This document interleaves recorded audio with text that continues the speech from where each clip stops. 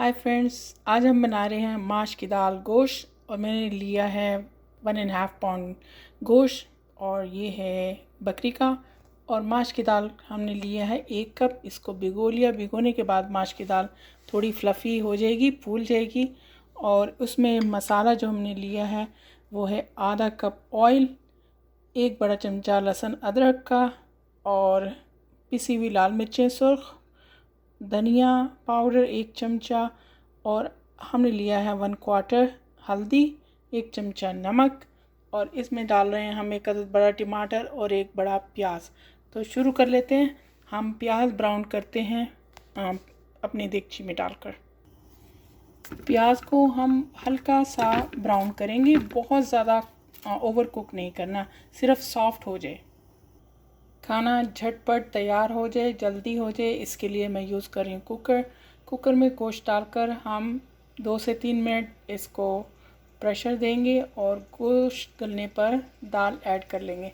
गोश्त को भूनना भी है। प्याज अभी हल्का ही हुआ है, यानी लाइट ब्राउन हुआ है। इसमें ऐड कर देते हैं हम सारा अपना मसाला। साथ ही बहुत थोड़ा सा हल्का सा पानी भी डाल देते हैं ताकि हमारा जो बकाया मसाला है वो भी इसके अंदर चला जाए। प्याज को गलाने के लिए हम इसके लिए प्रेशर बना देते हैं, इसको उसका कवर कर देते हैं और फिर 3 मिनट के लिए छोड़ देते हैं। हम अपनी दाल को, माश की दाल को ढाबा स्टाइल बनाने के लिए इसमें थोड़ा सा हम शामिल करेंगे गरम मसाला।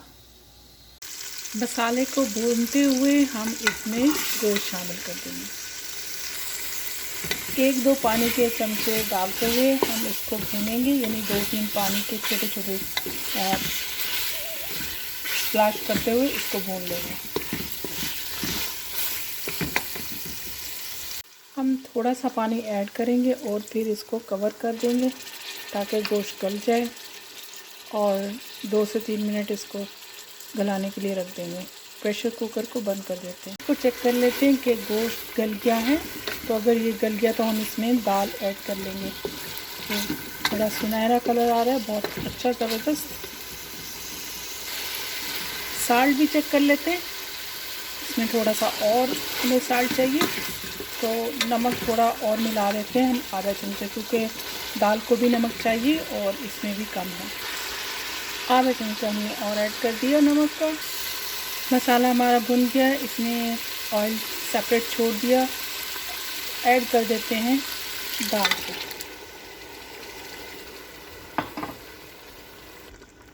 ख्याल रहे कि इसमें ज़्यादा पानी नहीं होना चाहिए, सिर्फ इतना कि हमारी दाल कवर हो जाए।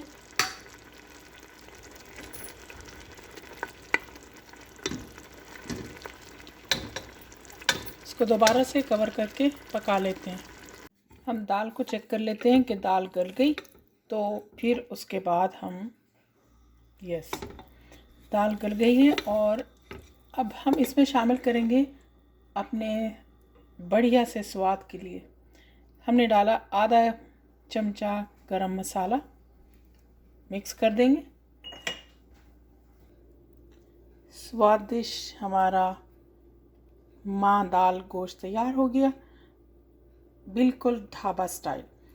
तो हमने इसमें थोड़ा सा हरा धनिया डाला, हरी मिर्च भी डाल सकते हैं। आपको हमारी रेसिपी कैसी लगी ज़रूर बताइएगा। Thank you for watching.